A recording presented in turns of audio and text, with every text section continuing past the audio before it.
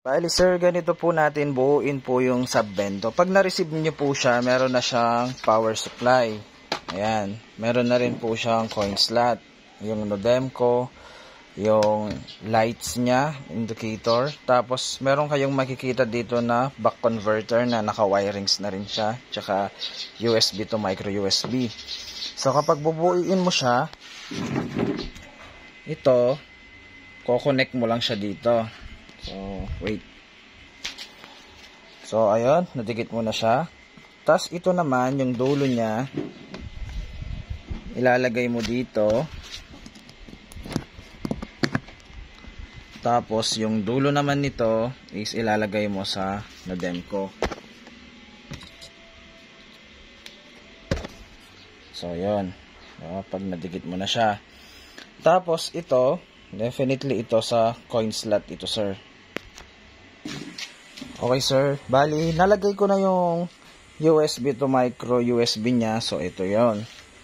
Tapos yung sa coin slot niya, ito yon. Yung sa ilaw, kinabit ko na rin yung power supply. So yon, susuksok mo lang. Ngayon, magtataka ka para saan itong isang wire na to kasi wala tong kasukat. So itong isang to, ito yung pupunta dito sa Nodemco. Hanapin mo lang yung D0, D1. Ayun. Sa taas merong D0, D1. Dapat yung dito sa D0, tatama yung itim. So makita natin to, may itim, may pula. Yung itim tatama to sa D0, yung D1 naman tatama sa pula. Okay? Okay sir, ganyan po yung pagkakalagay niya sir. So yung D0 tumama sa itim, yung D1, ito, yung D1 tumama sa pula. So kapag nalagay mo na lahat ng indicator sir, saka mo palang ipa-plug yung power supply. Wag mong ipa-power yung supply nang hindi mo pa nalagay lahat kasi napakaselan ng Nodemco.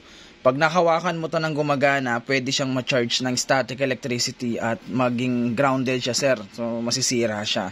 So ipa-power ko na siya. So ito. Okay. Nakita mo sir, umilaw na tong indicator niya, umilaw na rin yung coin slot. So, iilaw din yung Nodemco.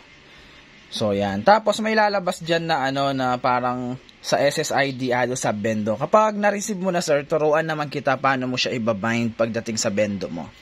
Yan lang po, salamat po.